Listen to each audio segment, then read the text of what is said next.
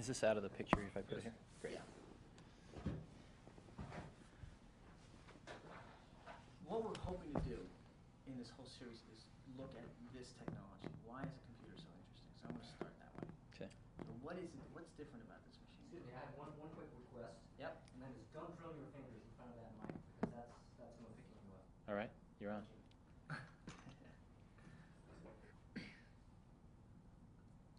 Turn. By the way, the next time when you do an interview at the factory, that place that we found, Mhm. probably the best location. We found a way to boost you up enough so you're over the rail, and you can see the two-armed robot. Yeah, great. It's a nice shot.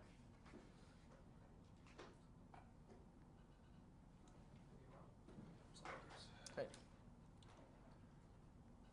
Do we have speed? Yeah. Okay. What is it about this machine? Why is this machine so interesting? Why has it been so influential?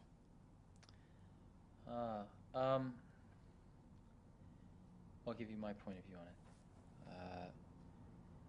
I remember reading a magazine article a long time ago, when I was 12 years old maybe, I think it was Scientific American, I'm not sure. And the article proposed to measure the efficiency of locomotion for lots of species on planet Earth, to see which species was the most efficient at getting from point A to point B. And they measured the kilocalories that each one expended. So they ranked them all, and I remember that the Condor won. The Condor was the most efficient at getting from point A to point B. And humankind, the crown of creation, came in with a rather unimpressive showing about a third of the way down the list. So that didn't look so great. But let me do this over again, because I'm just Sure. sort of say this better.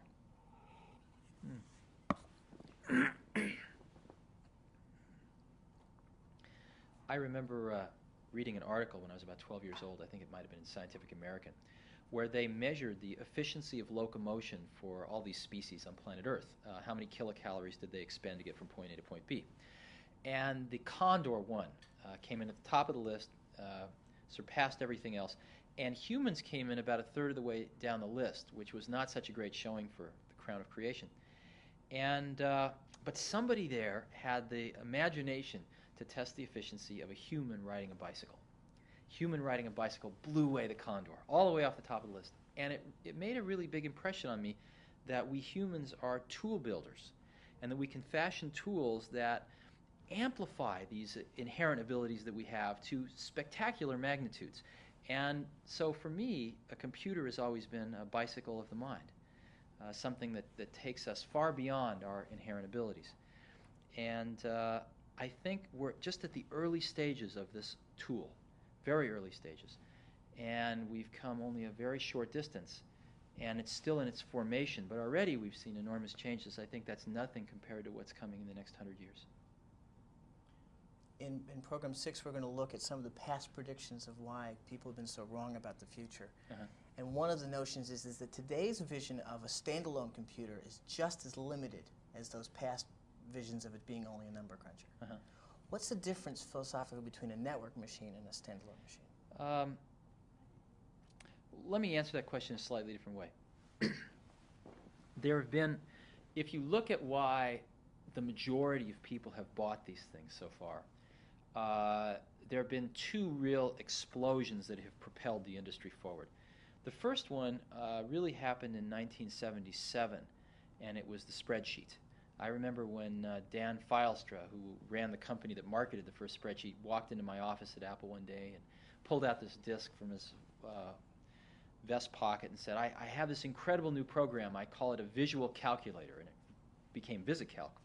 And that's what really propelled the Apple II to the success it achieved, more than any other single event. And with the invention of Lotus 123, and I think it was 1982, that's what really propelled the IBM PC to the level of success that it achieved. So that was the first explosion, was the spreadsheet. The second major explosion that's driven the desktop industry has been desktop publishing. Excuse me, we just lost a light. And let's check the, get a break here. Chris? Yeah, control, Michael. Sorry. When is this going to be broadcast? Next year sometime? Yeah, Fall 91. Co-production with the BBC. Uh-huh. And actually, one part is going to be interesting. I'm going to ask you at the end. Is we're going to dramatize the future, what we guess our future is, because we've got a dramatic budget in England. Whatever our guess is, it's going to be wrong. At least we want to give people a vision of where things are heading. So can I just start off with the second one? Sure. Great. The second really big explosion in our industry has been desktop publishing. Happened in 1985 with the Macintosh and the LaserWriter printer. And at that point, people could start to do on their desktops things that only typesetters and printers could do prior to that. And that's been a very big revolution in publishing. And those have really, those two explosions have been the only two real major revolutions which have caused a lot of people to buy these things and use them. The third one is starting to happen now. And the third one is, let's do for human-to-human communication what spreadsheets did for financial planning and what desktop publishing did for publishing. Let's revolutionize it using these desktop devices. And we're already starting to see the signs of that. As an example, in an organization, we're starting to see that as business conditions change faster and faster with each year, we cannot change our management hierarchical organization very fast relative to the changing business conditions. We can't have somebody working for a new boss every week.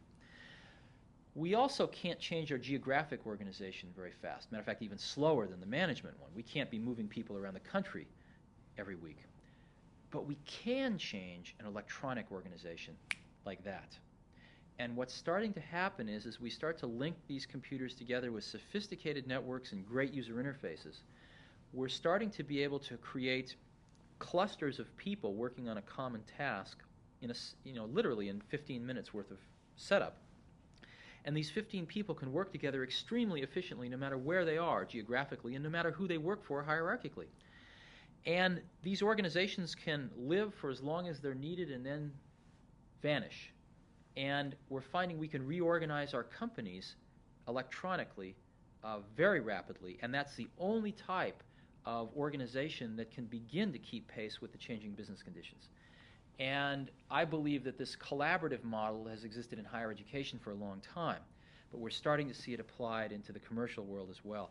And this is going to be the third major revolution that these desktop computers provide, is revolutionizing human-to-human communication and group work. We call it interpersonal computing.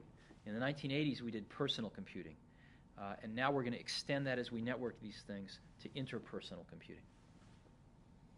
Taking the long view now, what was the image of the computer in the mid-1960s or whenever you first saw one? And where are we now? How did the PC enact that change? Right. I first saw my first computer when I was 12. I saw my first computer when I was 12, and it was at NASA. We have a local NASA center nearby, and it was a terminal which was connected to a big computer somewhere, and I got a time-sharing account on it, and I was fascinated by this thing. And I saw my second computer a few years later, which was really the first desktop computer ever made. Was made by Hewlett-Packard. It's called the 9100A, and it ran a language called BASIC, and it was very large. Had a very small cathode ray tube on it for display. And I got a chance to play with one of those maybe in 1968 or 9, and spent every spare moment I had trying to write programs for it. I was so fascinated by this. And so I was probably fairly lucky in that my introduction to computers very rapidly moved from a terminal to within maybe 12 months or so actually seeing one of the first, probably the first desktop computer ever really produced. And so my point of view never really changed from being able to get my arms around it, even though my arms probably didn't quite fit around that first one. So.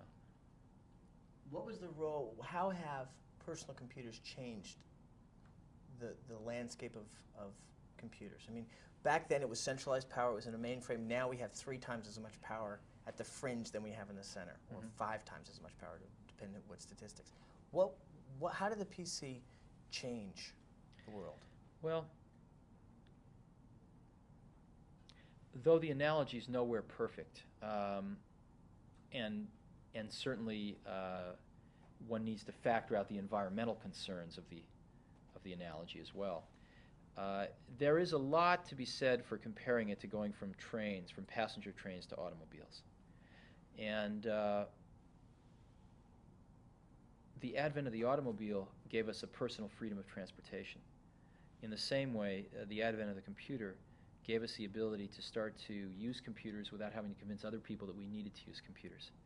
And the biggest effect of the personal computer revolution has been to allow millions and millions of people to experience computers themselves decades before they ever would have in the old paradigm, and to allow them to participate in the making of choices and controlling their own destiny using these tools.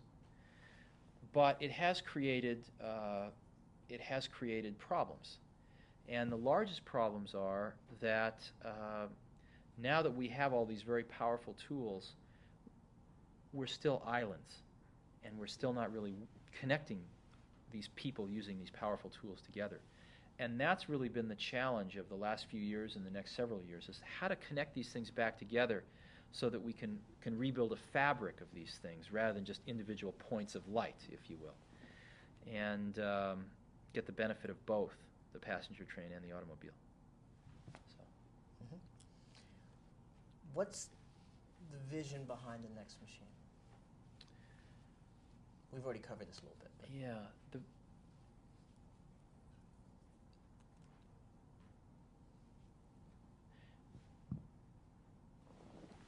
Everything that we've done in our, well, what's the right way to say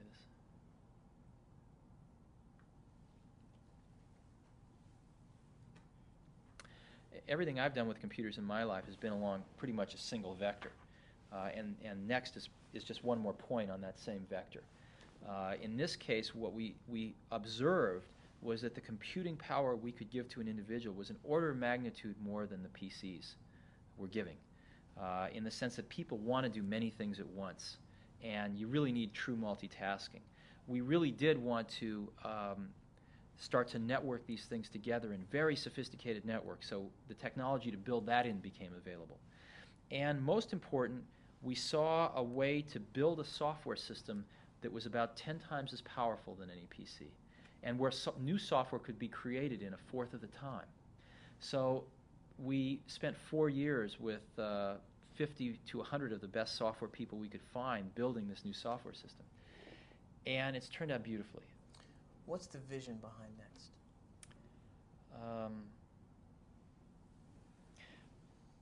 It's not so much different than everything I've ever done in my life with computers, starting with the Apple II and Macintosh and now Next, which is, if you believe that these are the most incredible tools we've ever built, which I do, then the more powerful tool we can give to people, the more they can do with it.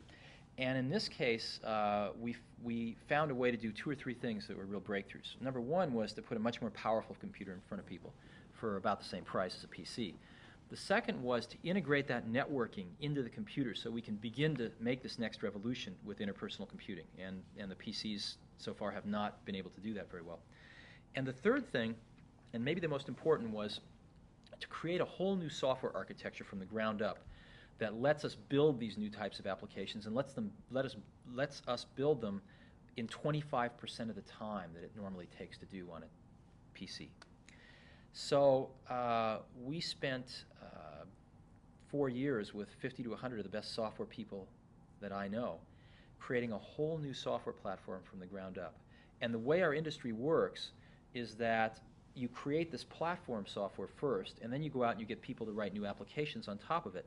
Well, the height that these new applications can soar is enabled or limited by the platform software.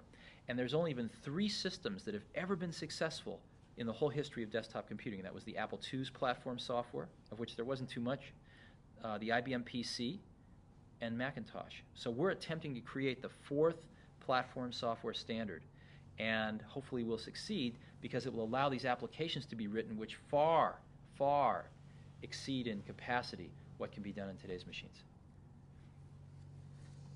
Should wait for the zero graph. Okay. Based. Uh-huh. What happens when you have a network that allows the relative minorities in a whole different area come together? How does that change the democracy? I don't know. Okay. But what I have seen is I've seen interpersonal computing happening at our own company. Or maybe the best way to put it is, I remember when the first spreadsheet came out, I saw it fly through Apple as well as other companies. And when we invented desktop publishing, of course, it influenced Apple first. And I've seen the same thing happen with interpersonal computing here at Next. We decided to put a Next machine on every employee's desktop about 18 months ago and connect them with the very high-speed networking that's built in. And I've seen the revolution here with my own eyes. And it's actually larger than the first two. Let me give you some examples. If we want to, if we're going to be doing a special project, let's say with a company, and let's say the company's called what's your WGBH. WGBH. We're going to be doing a special project with WGBH, and what we'll do is we'll create a special mailbox, WGBH, and we'll put 20 people on it that are going to be helping on this project. Now, these 20 people will be from all over our company, from marketing, from sales, from engineering, some from manufacturing, maybe some from our Boston office so they can be close by. And if one sends a message to this mailbox, they'll all get it like that, instantly. And if one sends a reply, they'll copy the whole mailbox on it so the rest of the team members get to read the intellectual content going back and forth. And everyone in this mailbox will probably get around 30 mail messages a day. And they'll spend about 20 minutes, 30 minutes reading these and answering these per day. And it'll be like a beehive. Now, this project's very important for our company, and I want to make sure it's getting off right. So I'll put my own name on this mailbox, and I'll see these 30 mail messages fly by, all of the disagreements and the arguments and the thoughts and the decisions. And I can just let it fly by and read it. I can do some background coaching with a few people if I think they're a little off track. I can get right on the network and kibitz if I'd like. And after a month or so, when I know that it's going well, I can take my name off. And so not only is this a way to organize, violating all management and geographic boundaries, it's also a way to manage, where one can see, again, the thoughts and disagreements and decisions of a company fly by a manager in a way that they never could before. And we have seen it reduce the number of meetings we have at least by 50%. We've seen it get far more managers and individual contributors involved in decisions than they ever were before, and we think the quality of the decisions is a lot higher. And we've seen a window for management to look into the process of this organism we call our company in a way that has never before been possible. I'm part of this electronically connected community.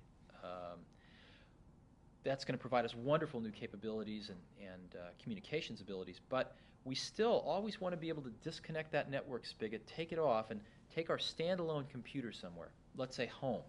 Now, what's going to happen rapidly is with radio links and with fiber optics to the home, you're going to be able to hook your computer up to your network at home. But there's always going to be that cabin in the middle of nowhere that I want to go for a 2-week vacation where I want my computer. And if it doesn't work in a completely standalone way, I'm going to be not happy.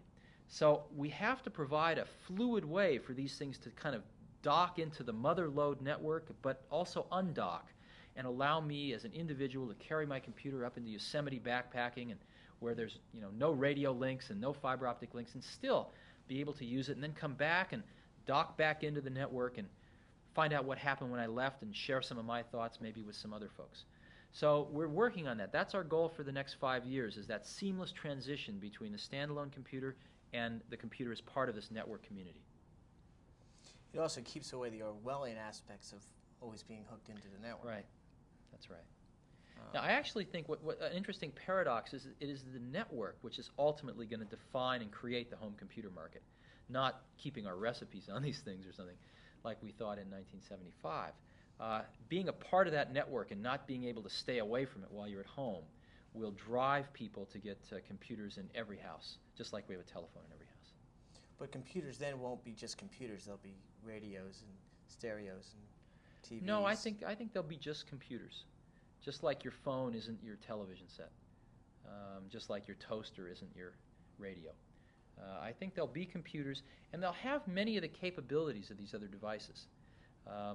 Multimedia, the ability to integrate sound and video in with the computer, is absolutely coming. But a lot of people have mistaken it as the end rather than the means.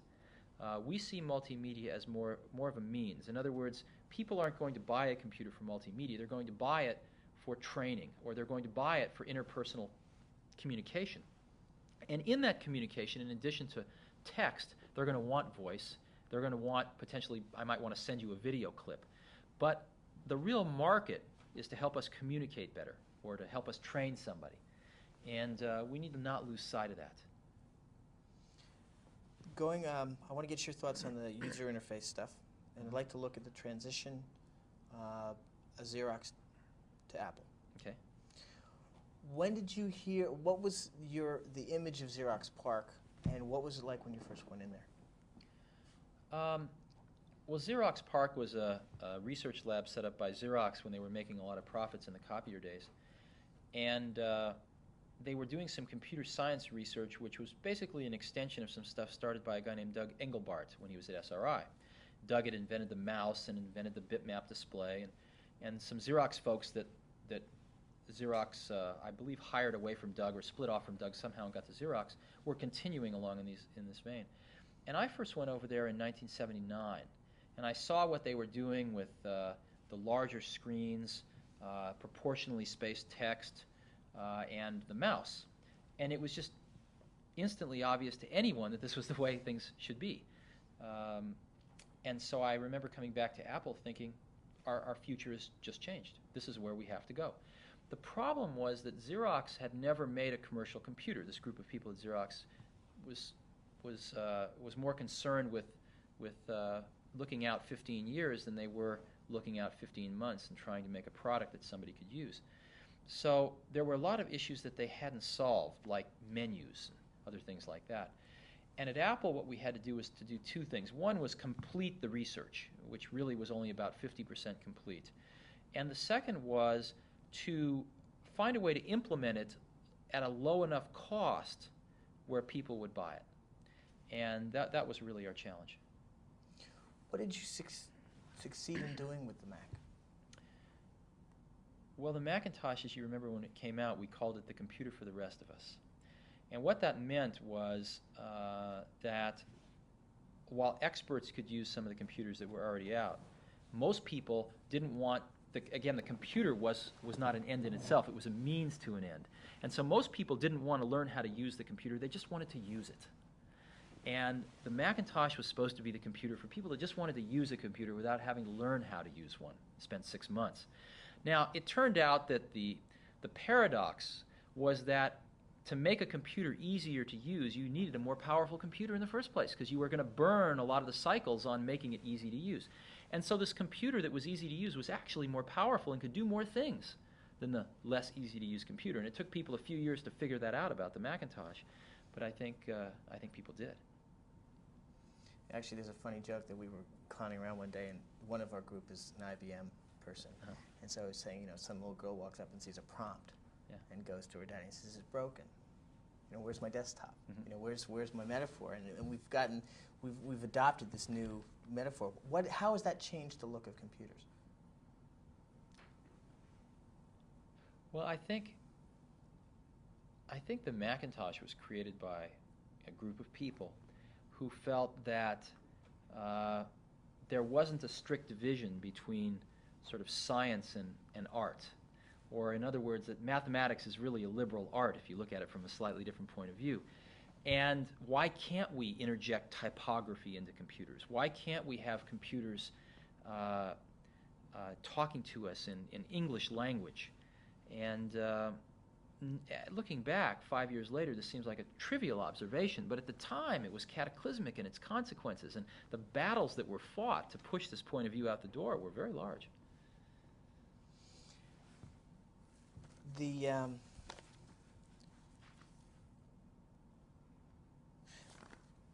balance between thinking and doing. I mean, one of the things in the semiconductors was you had risk takers. Mm-hmm. I mean, Bob Noyce, learns Absolutely. to hang glide at age 40. Uh-huh. I mean, these people like laying their butts on the line. How important was that in the early days? I mean, we're going back to 75. Well, again, after seeing, no, my entire life's been spent only in one industry, which is this one. And but I've been in it now for about 15 years, and I've seen a lot of people make a lot of things. I've seen a lot of people fail a lot of things. And my point of view on this, or my observation, is that the doers are the major thinkers. The people that really create the things that change this industry are both the thinker-doer in one person. And if we really go back and we examine, did Leonardo have a guy off to the side that was thinking 5 years out in the future what he would paint or the technology he would use to paint it? Of course not. Leonardo was the artist, but he also mixed all his own paints. He also was a fairly good chemist, knew about pigments, knew about human anatomy, and combining all of those skills together, the art and the science, the thinking and the doing, was what resulted in the exceptional result. And there is no difference in our industry. The people that have really made the contributions have been the thinkers and the doers. And when you a lot of people, of course, it's very easy to take credit for the thinking. The doing is more concrete, but it's very easy for somebody to say, oh, I thought of this 3 years ago. But usually when you dig a little deeper, you find that the people that really did it were also the people that really worked through the hard intellectual problems as well.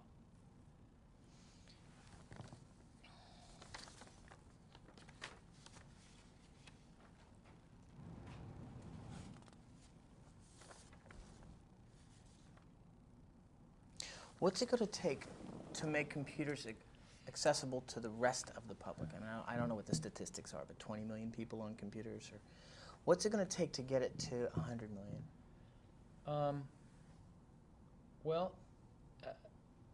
Probably death is the best invention of life, because it means there's a constant turnover. And so if you want to make a change in our society, the best place to do it is in the educational system. So that there are now generations of people that have come out of school who computers are second nature to them. And the people in our society that at this point still have not embraced these things are getting older, and as that cycle, that wheel of birth and death turns, just like driving, people that don't drive are very rare, and another generation or two, people that don't use computers are be pretty rare. Going back, it's a harsh way of saying it, but that's the. It's very true. I mean, there is a line that says those people that don't adopt it will die off. Well,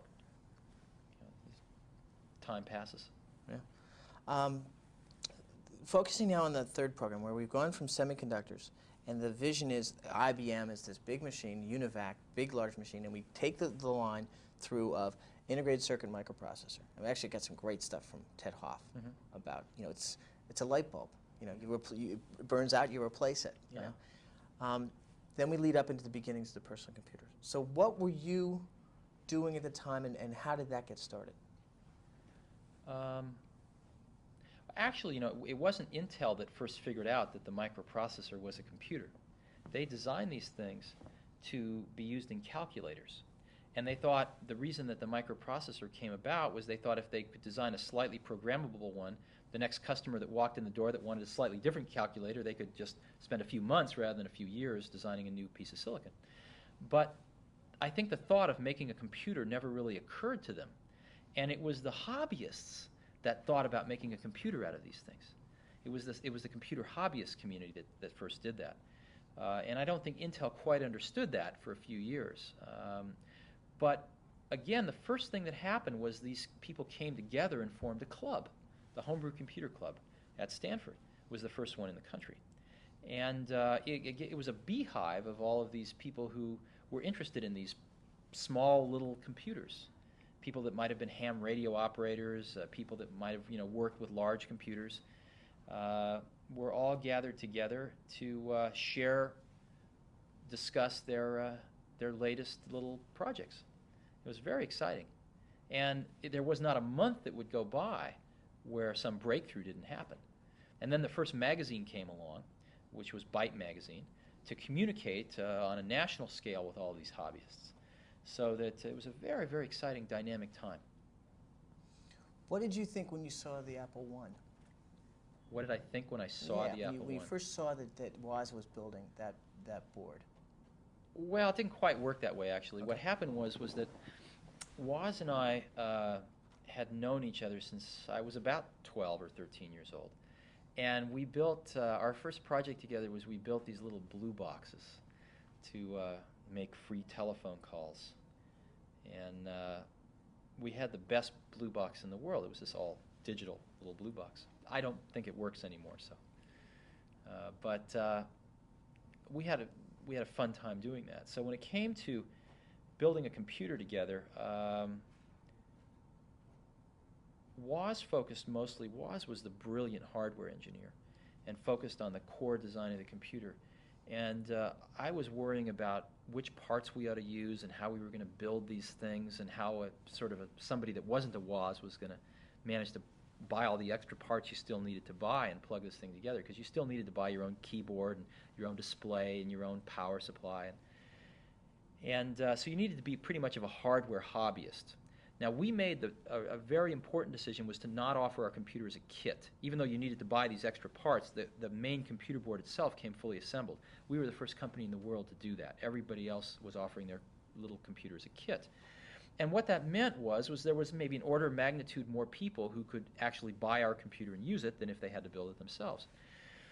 And the Apple II was actually the first computer to come fully assembled, where you didn't have to do anything. And the reason there was it was our observation that for every hardware hobbyist, someone who could either build the kit themselves or at least find these 5 or 10 extra parts they needed, there were 1,000 potential software hobbyists.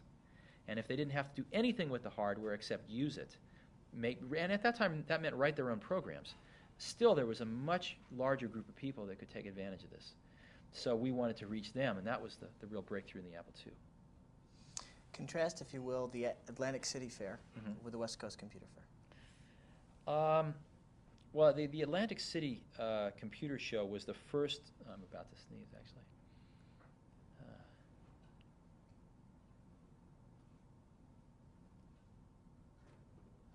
Look at the light. There it is. Excuse me. The first face-to-face gathering of personal computer hobbyists from all around the country was this show put on in Atlantic City in 1976, and it was in the basement of some dingy hotel, and it just happened to be about 300 degrees outside, so the basement was like a steam bath, and it was impossible to be down there for longer than a half an hour without being completely drenched. And nevertheless, there were a few hundred hobbyists completely drenched walking around for hours, and we had a little tiny booth there. It was a tablecloth over a hotel table, and there were Woz and I and a friend or two of ours went there, and we had our few Apple I's there and a little poster we'd made, and that was really our first the first computer show in the world. A year later, I think maybe even 9 months later, there was the first West Coast Computer Fair, which was a much more professional operation in comparison with Atlantic City, but still very, very hobby-oriented compared with what goes on today. And that was in San Francisco, and there were maybe 100 companies showing their wares, and it was attended by maybe 1,000 people, which was a lot for our industry at that time. 13,000. 13,000. Wow, really? 13,000 people. That's a lot. That's Jim Warren told me that. That's a lot. I'd be surprised at that, but maybe he Call knows it better half than that, I do. 6,000. Yeah, 6,000. Thousands of people. And that's when we introduced the Apple II. And I think the Apple II was probably the hit of the show at that time. In between, you went and found McKenna and Markkula. Well, we found Regus by, I used to like Intel's advertising, so I called him up one day, and I said, "Who does your advertising?" They said, "Well, Regus McKenna." And I said, "What's a Regus McKenna?" They said, "No, it's a person." They gave me his phone number, and I called Regus up, and he told us to go away about 4 or 5 times, but eventually he agreed to help us out. And then Mike Markkula I found from a venture capitalist, actually. Told me that I should go talk to Mike Markkula. Now, we hooked up with Mike just around the time we introduced the Apple II, maybe a month before. But the Apple II was pretty much designed and ready to go, and then Mike came on board. and things really started to take off. How important was the disk drive in the development of Apple? Disk drive was crucial. One of the things that people forget when they think about Apple, and the Apple II in particular, was that we were the first company to come out with a reliable, inexpensive floppy disk drive. And we had a low-cost floppy disk drive that really worked about 2 to 3 years before any of our competitors. And that was an incredibly important reason why the Apple II was successful. Matter of fact, there were a few others. The Apple II could hold up to 48 kilobytes of memory, which today doesn't seem like much, but at that time was maybe 3 times as much as its competitors. And that's why VisiCalc was written for the Apple II. It was the only computer that could hold it. And so if VisiCalc had been written for some other computer, you'd be interviewing somebody else right now. And it was because of that design decision and other design decisions like it that the Apple II really beat its competition. How did the Apple II change the world of computing? Well, the Apple II was the world's first successful personal computer and really defined the personal computer as we know it today. So I think it changed the world a lot from that point of view. One of the theses is that, well, let me turn this question around. How important is market research? How much did you rely on it in the early days? Well, I think in the early days it was very easy because you could go to a homebrew computer club meeting and there was your whole market. And so you could find out what they thought. Matter of fact, you could show them your product and see what they thought, and because the products were much simpler then, within a few months you could change it all around and come back and show them a new one. But as the market got more sophisticated, it was less easy to do that. And the problem is that market research can tell you what your customers think of something you show them. Or it can tell you what your customers want as an incremental improvement on what you have. But very rarely can your customers predict something that they don't even quite know they want yet. As an example, no market research could have led to the development of the Macintosh or the personal computer in the first place. So there are these sort of non-incremental jumps that need to take place where it's very difficult for market research to really contribute much in the early phases of the thinking about how to, what those should be. However, once you have made that jump, possibly before the product's on the market or even after, is a great time to go check your instincts with the marketplace and verify that you're on the right track. And usually when you show people something, they'll say, "Oh my God, this is fantastic," or give you some feedback along those lines.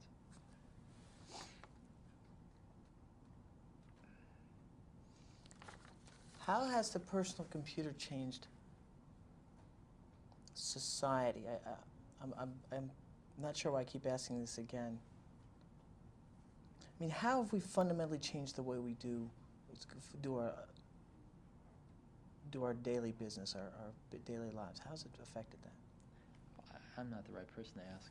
Okay. Ask Alan Kay.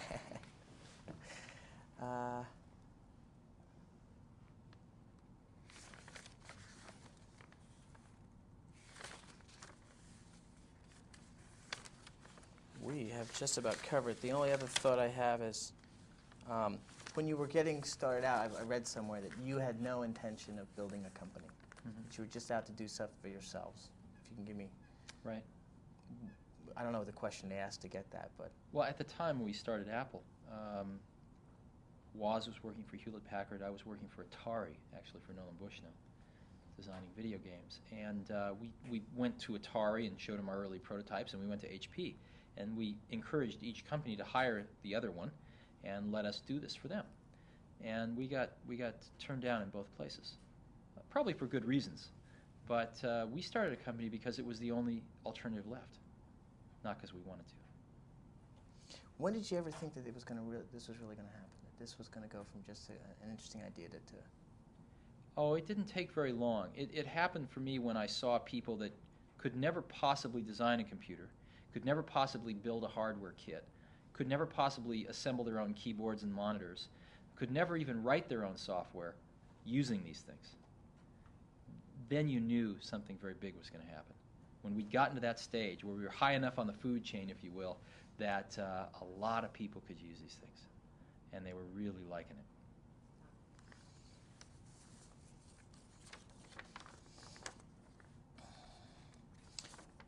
What's the goal of the next factory? Why is it so automated? Why is that necessary?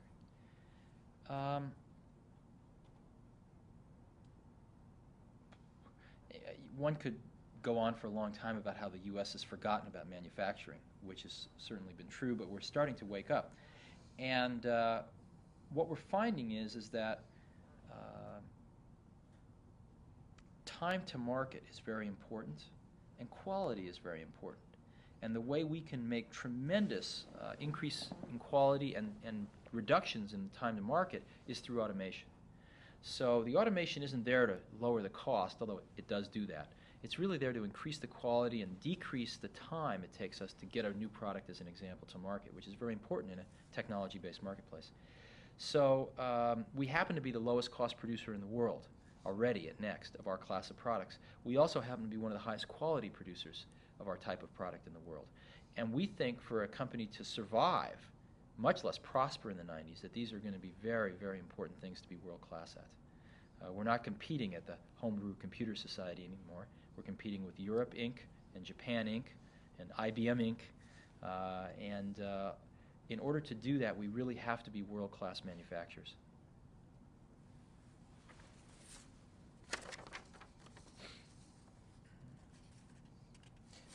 What a computer, I'm dancing around a bit, just picking up the stray ends here.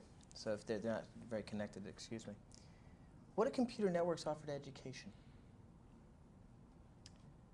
Well, education's been on computer networks for longer than almost anyone else. The Department of Defense has an office called DARPA, and they funded a thing called ARPANET many, many years ago to try to build a command and control network for military purposes. And they did a very brilliant thing. After they got a prototype working, they gave it to the university community in America and said, bang on this for a while and see if it works and help us make it better. And after a few years of the university community doing that, they created a separate version for military purposes. But they left the educational version going. And that has tied together the research community of the United States now for about a decade, and is vital to the functioning of higher education in this country. So higher education has actually led the way. That's why we started off focusing exclusively on higher education, because where else could you find 5,000 people on a network but Carnegie Mellon University, as an example? So higher education has been 5 years ahead of business in using computers in some of these powerful new ways, which we're going to see now ripple into business in the first half of the 90s. It's pretty exciting. How about lower education? How about school? How about lower? Sharing valuable resources. So far, computer use in K through 12 has been primarily Apple IIs, and I wish that they'd been upgrading to Macintoshes faster than they have been. But I think that that's slowly happening, and IBM is getting in there as well. The primary purpose of computing in K through 12 has been just computer literacy, and there's been a bottleneck because there hasn't been enough sophisticated courseware written. And that's a problem for our society in general, amongst all the other problems with our K through 12 education system. One could talk about that for a few days. Easily. So, Easily. that's,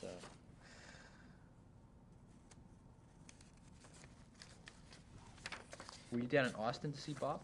Yeah. Oh, great. Yeah. And was going to go speak with Jack Kilby. Unfortunately, he's in the hospital. Ooh. I think he's fine. I think he's back.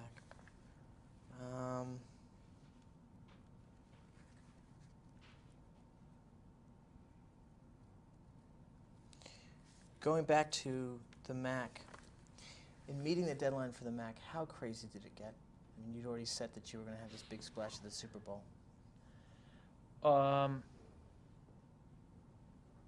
Actually, we'd wanted to get the Mac out a year before we did.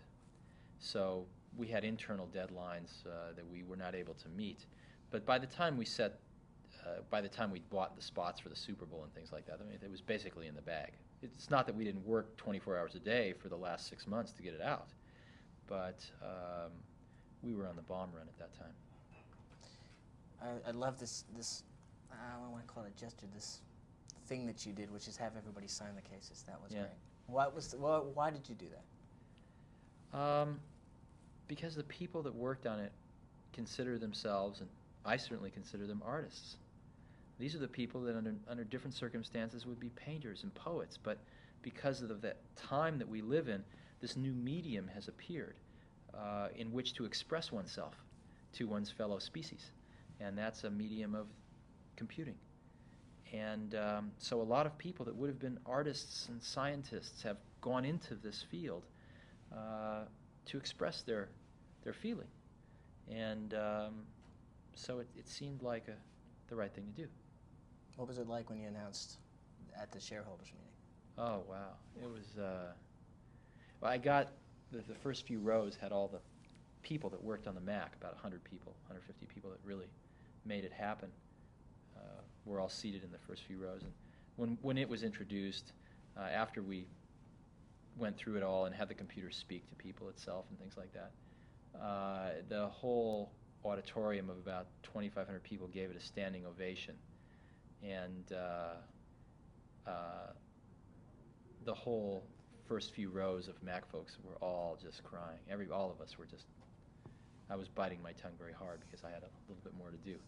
But it was a very, very emotional moment because it was no longer ours. From that day forward, it was no longer ours. We couldn't change it. If we had a good idea the following day, it was too late. It belonged to the world at that point in time.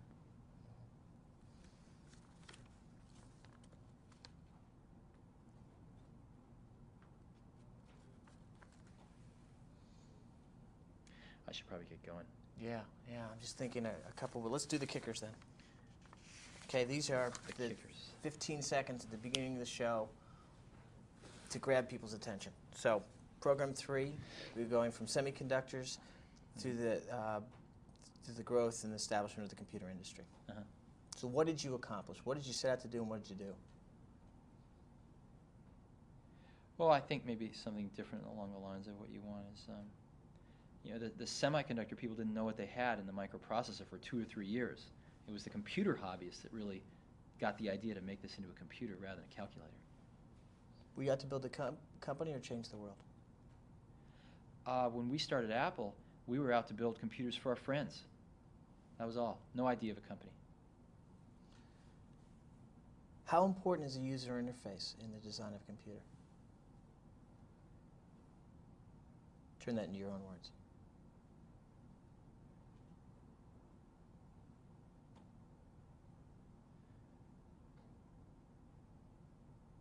Well, the whole idea of the Macintosh was a computer for people who want to use a computer rather than learn how to use a computer. So, One way we've been playing with it is it's not how it does it, but what it does. I don't know if that's any good. In other words, I don't care how it does it anymore. I just Right. wanted to do what I wanted to do. right, there's a quote in an interview that was done with me in Playboy a while ago, where I gave a Macintosh to a young kid one time. It was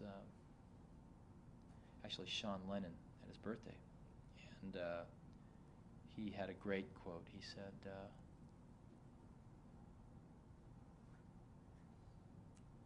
said, everyone else, and I guess I said this actually. Oh, I think I remember. This is Right. older people and younger people. Yeah, right. Right. The older people all want to know how it does what it does, but the young people just want to know what it can do. Okay, wrap that up into graphical interface or the line that we're going. How about this? Where are we in the evolution of the user interface, and where are we going? Is that a short one? I don't know that there is a short one, but Yeah. This whole discussion about user interface is just strange to me because to me it's just sort of a natural thing that had to happen, did happen, and it's happened. It's kind of like automatic transmissions. Well, in a not history series, quite though, the same as that, but in a history series, though, there is an evolutionary line, so that's why we're following. Uh-huh. I mean, a lot of people don't know about Doug Engelbart, right. for example. Right. Okay, networking. Why is networking important? Why is it the future? Well, in the 90s, we're going to revolutionize human-to-human communication using these desktop computers in the same way that spreadsheets revolutionized financial modeling and that desktop publishing revolutionized publishing. Great. Okay, good. Anything Thanks. we haven't covered? No, I got to go. This is great. Thank you very much.